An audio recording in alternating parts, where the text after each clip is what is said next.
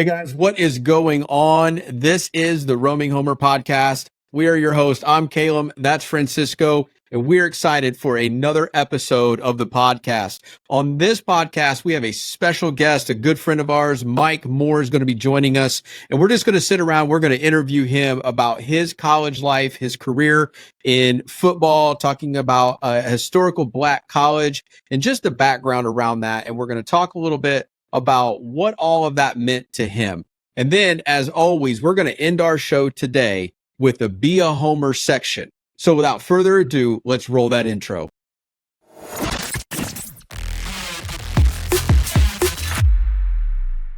What's going on, Francisco? Welcome to the show. I'm good. Excited to interview our friend over here. He has a wealth of knowledge and his experience going to a HBCU school. Just want to dig more into it, learn about it, and see what his experiences were. Yeah, Big Mike, welcome to the show, man. Glad to have you. Hey, man, I'm happy to be here, man. Before we even get started, I just want to give you guys your flowers because I remember you guys talked about starting this out, and then to see where you guys are at now. And of course, I watched a couple episodes. You guys got great chemistry, so it's funny how things work out. You know, you met Francisco, and then Francisco, you met Caleb, and then you guys created this podcast. You guys doing a great job. Well, I appreciate it, man. We have fun every week. I think the funnest show we've done so far is the live draft show. Even though you chose not to call in when we were calling you out, you and T, we tried to get you on, man. We were talking some dumpster fire Denver mess because we're gonna get to that in just a few. We definitely gonna get to that.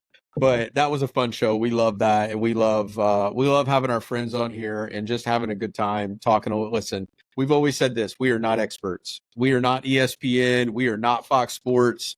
We are just a couple of guys who like football and like rooting for our teams, and we ain't gonna get it right. I'm telling you, we're not gonna get it right all the time, but that is the life of being a fan. So yeah, so we're just excited to have you on the show. Appreciate you taking the time to do this. So and we'll kick it off. So Francisco, let's kick off the show. Tell me what you got.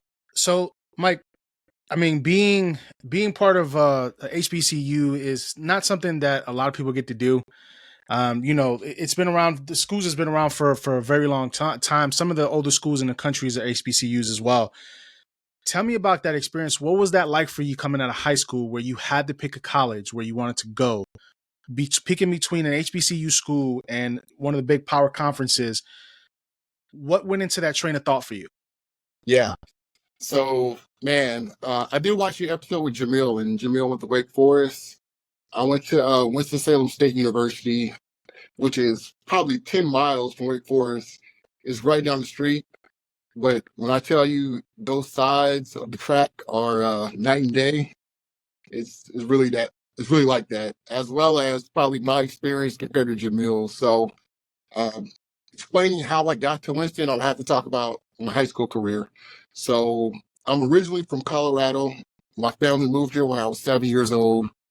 So this is home. This is technically home for me. So I'm a Bronco fan. So that's where the Bronco fan comes from. I'm not a bandwagon fan. I'm really from Colorado. I'm a real fan. So high school, I initially went to South Meck High School. I went there for 2 years, and throughout this, I kind of give some history lessons on Charlotte. But in 2001, Mecklenburg County changed their busing policy because a lot of kids were getting bused out to schools that were not nearby. So 2001, they said, hey, we're going to open it up. You can go to any school you want to as long as you can get transportation there. So I ended up going to what was a brand new school called E.E. Waddell. This school no longer exists, but I was one of the first class for that school in 2002. Was that school kind of brought into Olympic at one point when Olympic made a whole bunch of different schools? Was Waddell one of those that got kind of eaten up by Olympic High School? So Olympic was already there and South Meck. So they took students from both of those schools, and those are really pretty much that went to Waddell. So Waddell in the middle of both of those schools, out there on Nations Ford, South Boulevard area. Mm-hmm. Because a lot of those kids were like me. I live like Pineville area, and I'm driving to South Neck. Mm-hmm. Easier drive was going to Waddell, but whatever the case. Brand new school, predominantly African American student body. So that was a change from South Neck, where South Neck, 4,000 students, I would say probably 30% African American. Classes were overpopulated. I would be in a class with probably 40 students. Wow. The 3 of them looked like me. Yeah.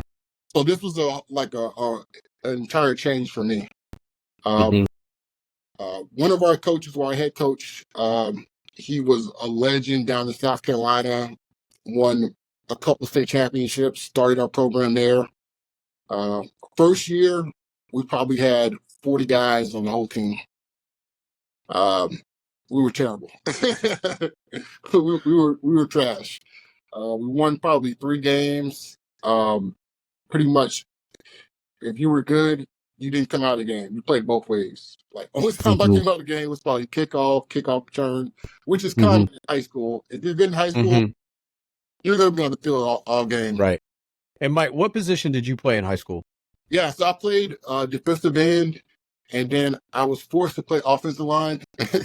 Well, going back to, you got to play both ways. I played offensive line as well.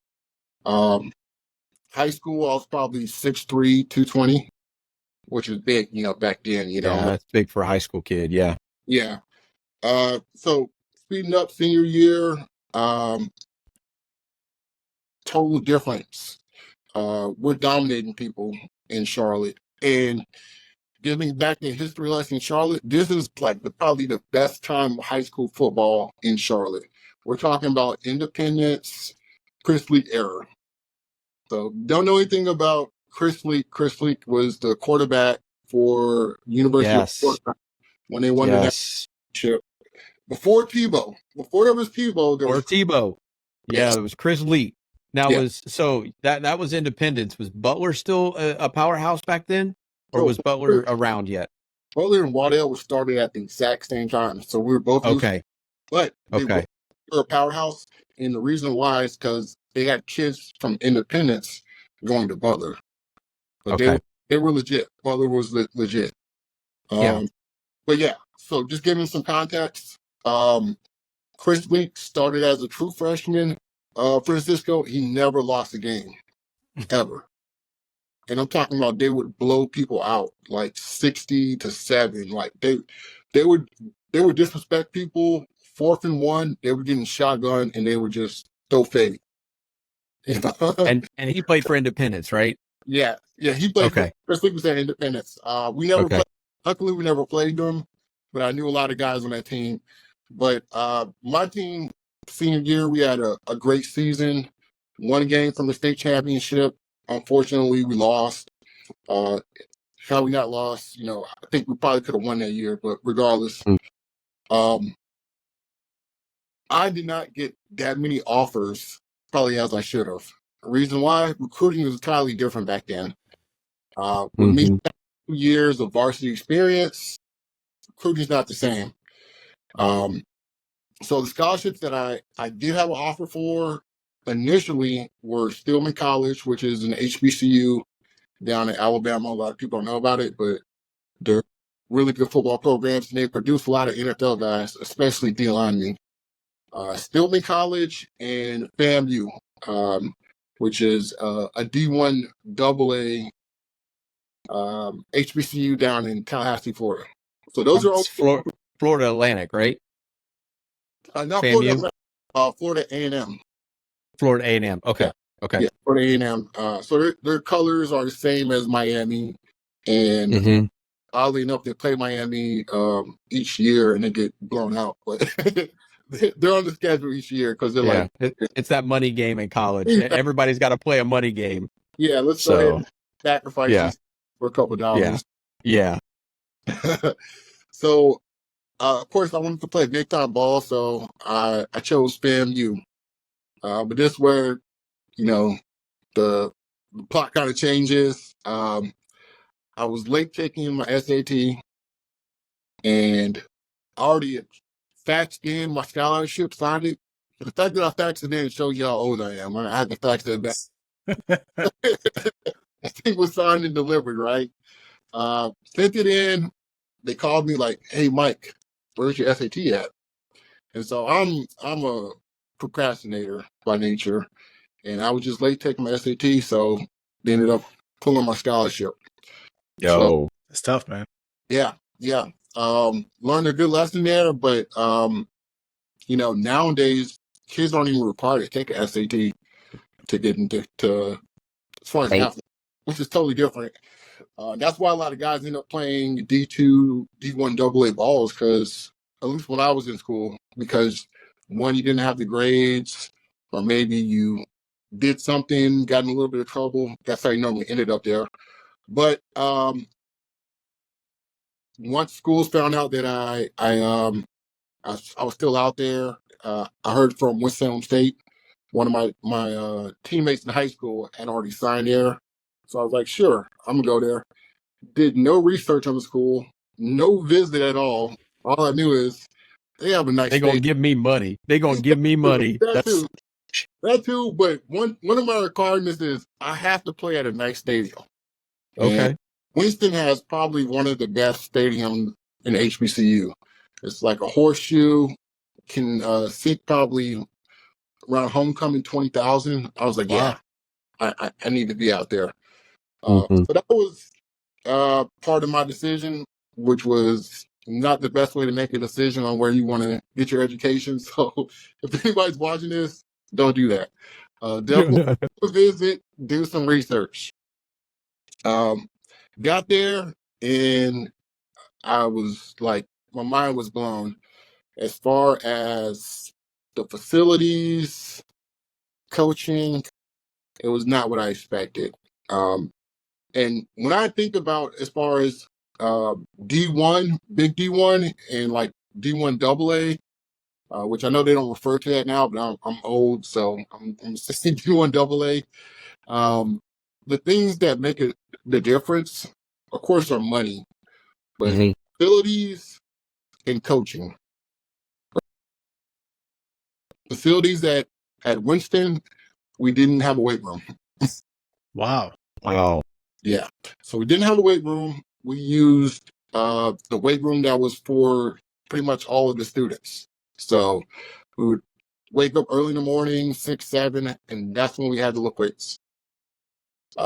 So, and at the time, like I'm coming into school, I'm already benching like 320 pounds. So I'm like in the weight room. The whole season, I didn't lift weights because we didn't have really a weight room for Wow. us. So that's one thing. Coaching.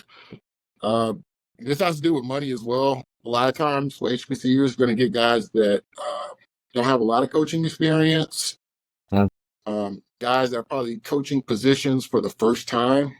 So, for example, the time I was at Winston, I had 5 different position coaches, um, which kind of just speaks to just some of the issues. Mhm. Um, But yeah, so those are things that really make a difference as far Mhm. as when you go into HBCUs. But I got to look at the other side of that. It was a great experience for me going to HBCU. I learned so much about myself and my people. That sounds cliche, but really did. Um, and Winston is a school that has like some really good alumni.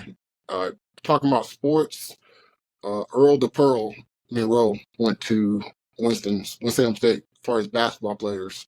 So Francisco, I know you like your New My York history, yeah. sports. The New York Yeah, Knicks, yeah. yeah, yeah. Earl the Pearl is a legend. So he came from there. Yancey Thigpen was a pretty good receiver back in the day. He went to I Winston. remember that name. Yeah, I remember that name. Yep, he went there. My teammate, his name is William Hayes. He was the other defensive end for me. He got drafted 4th round in 2008. But yeah, he had a 10-year career in the NFL. He Wow. there. you guys are in this sports arena now. So Stephen A. Smith is another alumni from. Yeah, well, sometimes we accept him, sometimes we don't. But I was gonna Yeah. say you really wanted to bring that one up because he might be like the redheaded stepchild of y'all's alumni. It'd be Was like, he averaging like 1.1 points per game or something like that? And yeah, when he was yeah, claiming to be a college basketball player, yeah. he's that crazy uncle you don't invite to the family reunion. It's just, yeah. So We got it. let me ask you this, Mike. So did you always want to go to an HBCU, I did not. or Yeah. like Go ahead. what wanted, like, did you have any other aspirations? What was your dream school that you wanted to play for? Yeah, great question. So dream school is was probably Florida State, right? Okay. Uh, Okay. I only knew the Power Five schools. Um, Okay. that were the only schools I knew of. If you were not on the NCAA college football game, I didn't know about you. You know, that goes back to Props to that coming out in July, by the way. yes, sir. NCAA college football is coming back out in July. I am stoked. I cannot wait. Glad to bring. So Yeah, yeah. but as far as dream, that was my dream school. Um, but I always knew I was going to play college sports as far as Mhm. it sound funny or whatever. But I knew I was going to play college football. One, just because of the size. That's one thing. Like my dad always told me, you can't coach size. You know, 6'3". By the time I ended college, I was like 260. Ooh. I was always fast, athletic, and I got that from my dad. So going back to why I'm a Bronco fan, my dad had a very short stint of time with the Broncos. So he played there 1 year. He was on the practice squad, and then his second year made the 53-man roster, but tore his ACL. Oh. Yeah, it's like a movie, right? It's a terrible movie, but ACL injuries back then were totally different than they are now. completely. Yeah, technology is completely So different. I have to tell this story really quick because you were talking about your size, right? And I think you remember this. So you came on my team. You were a direct report of mine during the COVID era, Yeah, right? And all we got to do was see each other on video like we are right now. exactly. And then we go back into the office. And Francisco, you weren't part of this team at the time, but Odu walks in, right? I didn't recognize who he was. And I'm like, who is that? Bro, I put Mike at like 5'10", $180. Odu walks in like 6'4", 2.25, and I'm like, nah, that's not him. Who is this dude? I was dead. Like, I was like, there's no way that this is, because the whole entire time until we went back to the office was right here on video. And I never put this dude at like six something, 2.25. Like, no, he was 5'8", 5'9", and $180. It was hilarious. He's like, nah, dude, I'm Mike. I'm like, no, you're not. Like, you ain't him. So that's a funny story, though. It's I love that story because I remember that from like, I was like, I asked somebody, I'm like, who is that? They're like, dude, that's Mike. I was like, yeah, I'm a terrible manager, so I do remember that. That was kind of funny though.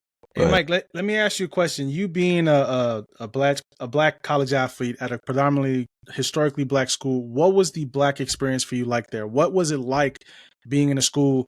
And because a lot of predominantly black schools don't have a lot of white people that go to the school there. You have some HBCUs that do. What was the experience? What was the black experience for you like? What was it like to be predominantly around your own people? You know what I'm saying? Did everybody embrace each other? Was there a lot of conflict? How did that work for you for the years that you were there? Best experience of my life, and that's that's no awesome. um, the experience of going to HBCU is second to none. Just the camaraderie, um, man, the passion that they have for the school, that school spirit, it's second to none from everything. Uh, Outside of sports, the fraternities, I'm not a member of a fraternity, but the fraternities, the sororities, man, it's nothing that can really duplicate it. And I've visited a ton of schools. I have friends that went to all schools. I used to go to Wake Forest all the time, Mm-hmm. and it's just a different energy when you walk on the campus. Just the history, like that you're walking in greatness, and as well, that makes you want to make sure you're doing the right things to honor that tradition, that heritage. So yeah, my experience was amazing. Another thing about Winston-Salem is their main two focuses as far as education is healthcare as well as education. So a lot of teachers and nurses come from there. So the ratio guys to girls was 1 to 30. So I had a great time there. Just thinking, but no, but that was a I'm dead. selling point. That was a I'm selling point when I dead. got recruited.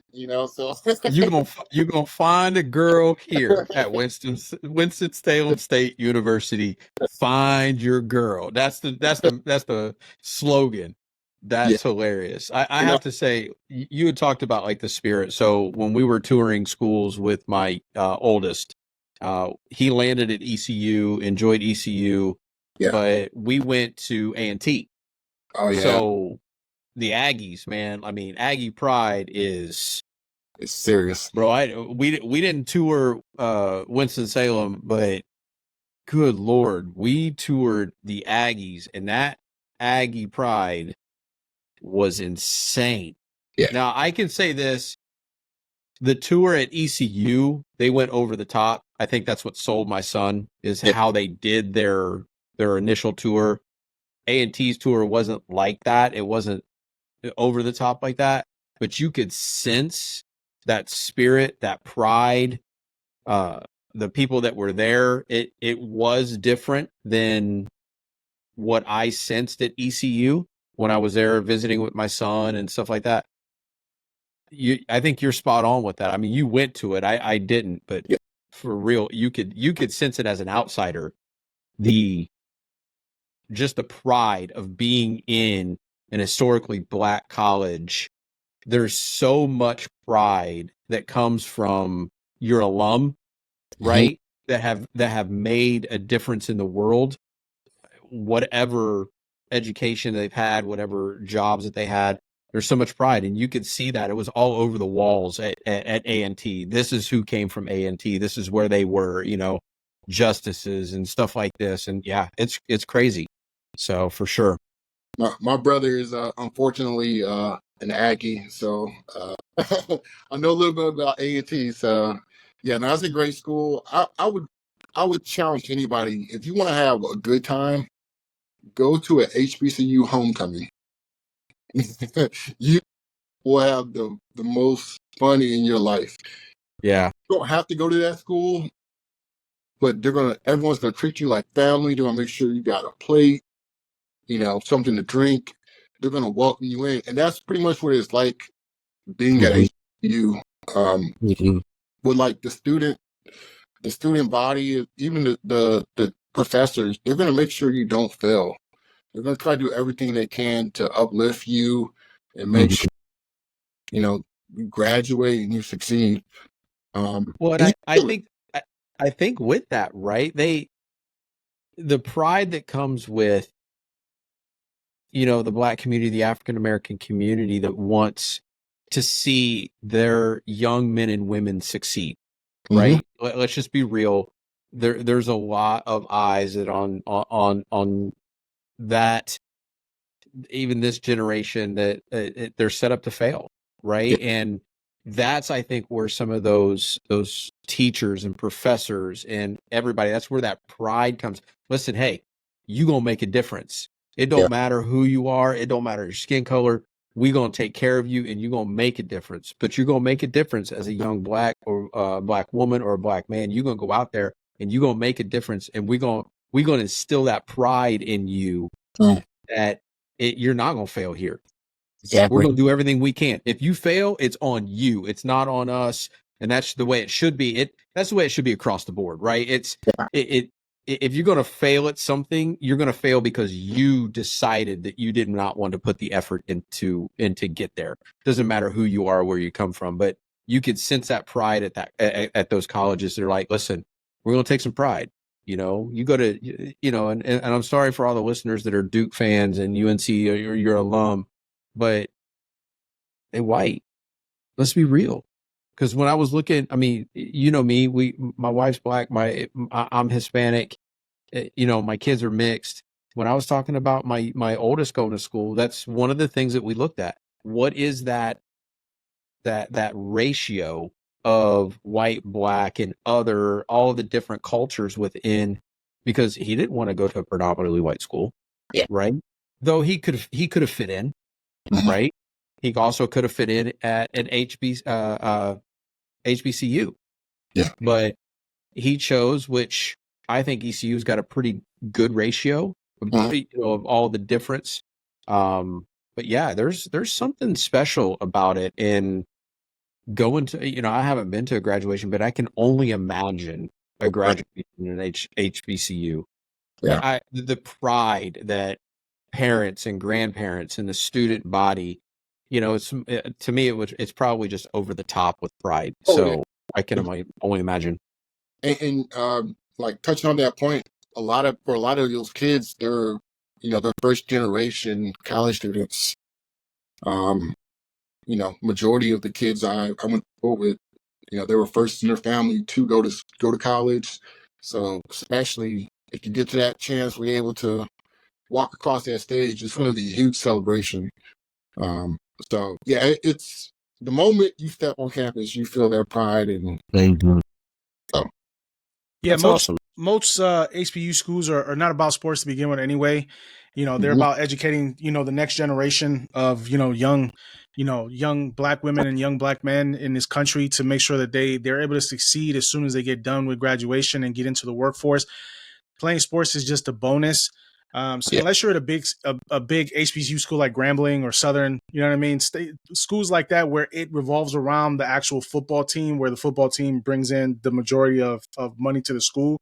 Most smaller HBCU schools are not going to have that kind of stadium, not going to have that kind of pub like you. You were struggling with the gym with your school. So, and I think it's the lack of funding as well that goes to the schools. And let's be real. There's a lot of underhanded things that happen in a lot of these HBCU schools with the money because they get funded. The United States gives a big funding to these HBCU schools, and the money, it never gets applied to what it needs to get applied to for these schools. And I think that's a big problem. And in your case, you've seen that firsthand. You guys didn't even have your own gym, didn't have proper equipment to use when it came to working out, to keeping yourselves in shape. So I think they can fix those issues with the HBCU. I think it would be a lot better experience for student athletes overall. And I understand a lot of these schools are not going to get the same funding as bigger names colleges in that HBCU universe, but I think it needs to get fixed. Mm-hmm. Yeah, I think they've done a good job recently of improving that. And so, of course, the time span that I'm talking about was 03 to 08. So since then, the facilities at Winston are much better. Yeah, they have weight rooms now. It's awesome. Yeah. They're sponsored by Under Armour and stuff like that. So yeah, there's been a lot of changes and improvements. But yes, Francisco, you're 100% right. I think there's a lot of more improvement that needs to take place. And you're right, how the money gets distributed. Unfortunately, sometimes it doesn't go to the right places sometimes. And we kind of heard about that when Dion was at, Jackson State. I think playing on his way going out about how the money was being handled there. I'm not sure if that was just an excuse for him to leave, but some of the things he was echoing is like common at a lot of historically black colleges. Mm-hmm. Yeah. Well, man, I love the story. So did you do combine? Did you go to that level, or is it you just played 4 years and did your thing? Like what's the end of that story for you when it comes to your football career as a senior? Where did you take that next step? Yeah. So I did get a chance to try out for as far as going to the next level, but of course didn't make it. But as far as my football career, I had a pretty good career. 9.5 sacks, around 75 tackles. But the thing I was always good at is staying in the backfield. If you're a DN, you want to play behind the line of scrimmage, and that was my thing. So I had 21.5 tackles for loss at the time I left. Nice. My senior year, I had 11.5 tackles for loss. So I stayed in the backfields. That's something that was like every game, I'm going to make a play. So that was always a goal. And that's why I tell guys when I did coach high school ball, like, you got to make a play. You gotta make sure like people know that you were out there. So yeah, I had a decent career. Not to blame things, I would say definitely coaching, maybe better coaching, some stability there that would have helped. I did try out as far as I had my pro date at North Carolina University, so UNC had my pro date. I was actually there with the top rated D tackle in the country that year. I think he got drafted by Seattle in the first round. But yeah, I worked out for teams, didn't really get much notice. Had a couple teams reach out to me. Tried the arena thing. So I was going to do Arena 1, and then that league fell through and went bankrupt. So I told myself when I got out of school, this is not a dream I'm going to try to chase too long. One, it's a lot of money. Not sure if people know this. Most guys that don't make it to the NFL, they don't have an agent. So a lot of that stuff that they're paying for, as far as the workouts, the training, they're coming out of their pocket with that. So, you know, every month I was doing a workout for a Canadian football team, an arena team. At the same time, I'm training at a sports facility place, and that's coming all out of my pocket. And after a certain point of time, I just couldn't do it. I had to just come to, the realization, like, Mike, you got to get a job. Which is a good thing for me. This is what I say. One, I never wanted my identity as a person to be, I play sports. That's good. I always felt, I always dealt with it because I'm a bigger guy. It's like, oh, what sport do you play? Oh, what do you do? I get that all the time. Francisco, you probably get that as well, right? Yeah. So, especially when I was younger. I don't. I'm good. As you can see on the video, I'm way down here, and that's probably like the actual, like, if we were to stand in real life where I would stand. So this is a great representation of the vertical challenge of my life. I don't have that question often, if any, in my life. What sport did you play? Badminton. Yeah. It gets old. That's so funny. It gets old after a while. But yeah, I didn't want my identity to be that I played sports. Also, I know a lot of guys that played in NFL, and as you guys know, NFL stands for not for long.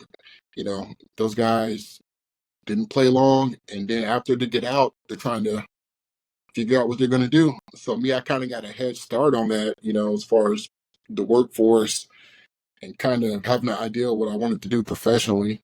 I know guys that are retired now, and they're still trying to live off of, what they did in college or the NFL, and life goes, Yeah. That's awesome, man.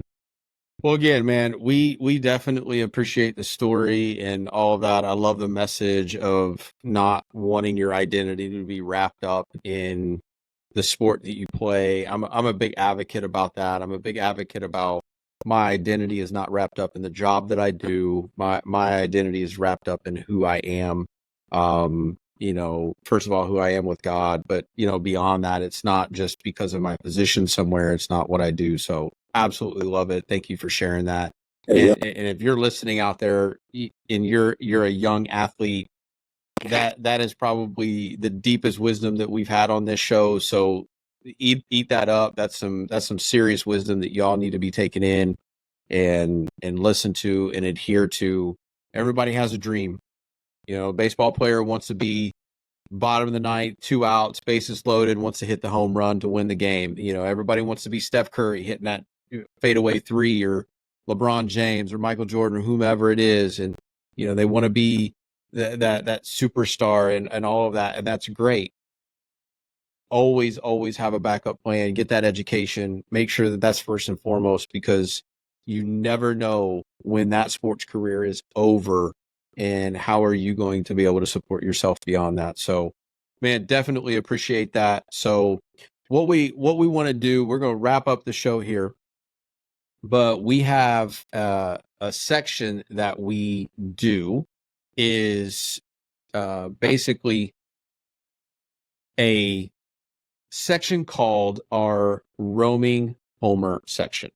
So, Mike, this is what this is. So our listeners know what this is, but a roaming homer is basically this: someone who roots for a team in the city that they don't live in. Most of the population is a roaming homer. You're a Denver Bronco fan. I'm a Miami Dolphin fan. We've got a giant Cleveland fan.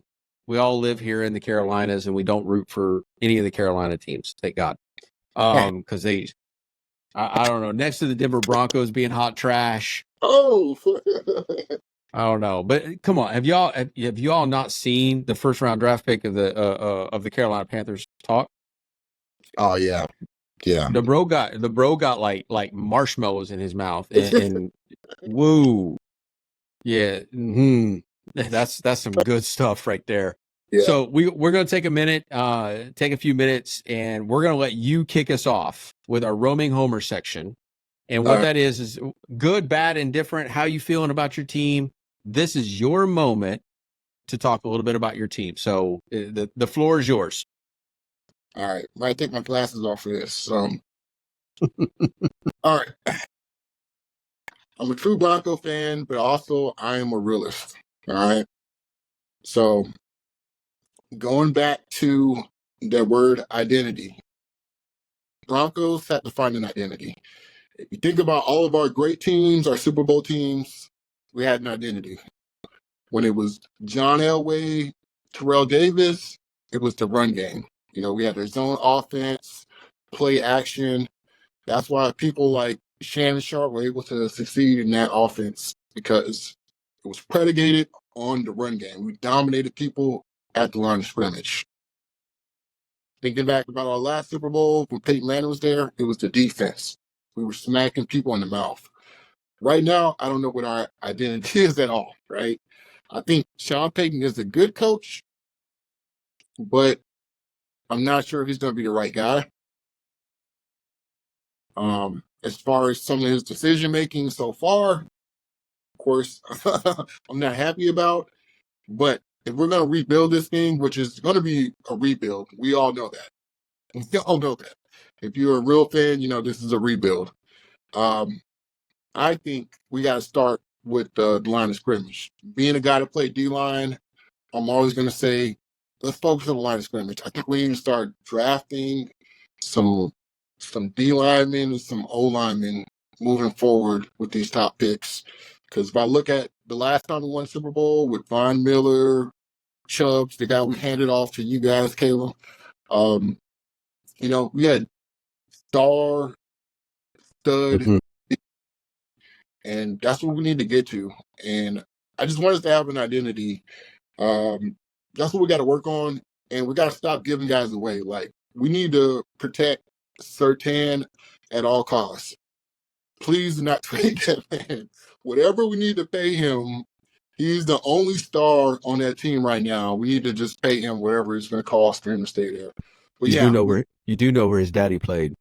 Oh no, he's not leaving. He cannot leave Denver. Oh, come on home. But yeah, I'm knowing it's going to be a rebuild, but yeah, I would say we got to focus on the trenches. That's good. Francisco, what you got? Not much today. Just mini camps for the rookies happened. A lot of star power right now in these camps. A lot of undrafted free agents are getting signed right now, so it's going to be a lot of guys who are competing for minimal spots. Either they're going to be on the starting roster, or they're going to get relegated to the practice squad, which is not a bad thing because those guys have it pretty good as well. But just keep an eye out for when actual training camp starts. When these guys, when it's mandatory to come in, then we're going to see some things and how these guys progress and what's going on, because a lot of these guys that's been in the league long time are going to be taking, they're going to be taking days off. Some of these guys aren't even going to show up to, mandatory minute because they're just going to want to redo their contracts. Mhm. So it's just something to keep an eye out on. And, it's going to be exciting next couple months, see how things progress before the season starts. Yeah. All right. So here's what I got for the 305 for my Fins fans out there. Number one, our running back room it's busting at the seams. So somebody's going to go, and there's going to be a couple people going. So I think we've got 5 running backs right now. And I think our starting 3 is going to be Moster, Achin, and this Wright kid, which it's a 4x40. This thing is a freaking track team. Now, can you run? Can we get the O-line to do what they need to do in order to move the ball? Basically, what you were saying, Mike, it starts at the O-line. I think we did a few things that help with the O-line. And I'm just going to be real. Let's talk about the OBJ thing. I think I talked about it on the last show, but let's talk about it again. I'm not a huge fan of OBJ. I think he is a prima donna. I think he was a prima donna when he played in New York. I think he was a prima donna a lot of his career. But what wide receiver isn't? Let's be real. What wide receiver doesn't always want the ball? Okay. Any wide receiver worth their grain and salt is not going to not want the ball. So let's put it that way. But I absolutely love this signing. Here's why. $3 million for 1 year. OBJ, if you don't perform, you only cost us $3 million. I'm all good with that. We stole you for a bag of potato chips, brother. But if you go out there and perform and you get us 500, 600, 700 yards, 6, 7, 8 touchdowns, take the pressure off of Waddle, take the pressure off of Tyreek, take the pressure off of Jonnu Smith, bruh, I'll pay you the $8.5 million all day long because you did what you're supposed to. Make sure, OBJ, I know you don't watch the show, don't care, but I'm going to speak straight to you. Listen, go out there and perform and be the best number 3 wide receiver that we got. And don't get hurt. Because the things that you can do on the field, I still think you got a little juice left in you. As a number 3, not as a number 1. You're done as a number 1. Number 2, maybe. I'll give you a number 2 on certain teams. On this team, you're a number 3, bro. You're number 3. The last couple of things I've got is it looks like they're going to pay Waddle. Thank you. Thank you. Thank you. Pay him. Now, the next thing that makes me scared is this Jared Goff contract. I'm going to be real. That's a big, fat... Francisco, what'd you say it was? 200 mil? $212 million with $170 million guaranteed. He's earned every single dollar of that money. I get it. But you know what that scares me about? To his 5th year. Because everybody's competing to be at the top of that list. I love you, Tua. You my boy. You my oos. You my boy. Ain't no way in Hades that you are a $200 million contract. Yeah, he's not getting that money. Not right now. Not now ever. You go out win me a chip. You go out win me a chip. We talk $200 million. Even then, but until then, but until then, you hush. Until then, you ain't worth $200 million. But I don't like the contract because those things are the ones that start the snowballs. That's when people start talking, and that's what scares me about that. So that's what I got for my 305. Still optimistic, but it's only May. So we'll see. but we'll see what happens. So again, Mike, thanks for joining the show, man. I really appreciate it. I know it was really fun talking to you, catching up and listening about your story. So really, really appreciate you coming on to the show. Francisco, what you got to close us out with? Man, Mike, just the experience of letting people know that HBCU is an experience that it's something that's memorable for life for you. It's a calling card. It's letting people know like this is an experience that you need to have if you have an opportunity to do it, because not everybody's going to go to a D1, Power 5 conference school. If you have an opportunity to enjoy your time in college, whether it be D1, 2, or 3, do it. It's an experience that many people are not going to get within their lifetime. So embrace it. Do the things that you have to do, not just for being an athlete, but just being a student as well, and gaining that knowledge and experience and walking across that stage. Because at the end of the day, that piece of paper you're holding in your hand is a culmination of 4 years of hard work, of you learning something that you didn't know before and being able to enjoy that progress that you made. Yeah. Awesome. Well, guys, that is our show. We want to thank you guys for joining, as always, here at the Roaming Homer podcast. As always, we encourage you, go out there, subscribe to the YouTube channel, like us, comment on there, go over to the Spotify or Apple podcast, wherever you get your audio podcast. We're there as well. Share this with your friends, because guess what? When you share it, it helps us. It helps all the algorithms and whatever you call those things over at the YouTube channel. But we want to get the word out. Hey, like I said, we're just a few guys who love talking about sports, and we love the fact that you guys help us out every single week by watching the show. So without further ado, thank you again for all of this and for another episode of the Roaming Homer. I'm Caleb. That's Francisco and Big Mike. Until next time. Peace.